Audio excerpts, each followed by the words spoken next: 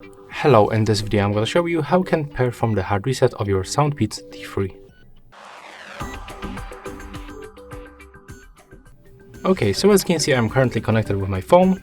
First of all, we have to remove both earbuds from the charging case, and then we have to click and hold left and the right touchpad together at the same time for around 10 seconds until this indicators quickly blinks 3 times on blue. After that, they will turn off and we have to release these touch controls and then click and hold another time until this indicators blinks for the 2 times. So just simply take a look how it works. We have to click and hold right now, take a look for this indicators. We have to keep holding.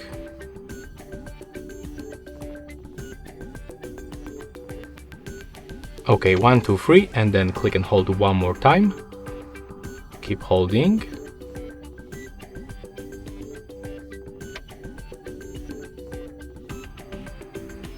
Okay, as you can see right now they just blinks 2 times, and right now take a look. When I'm gonna turn them on,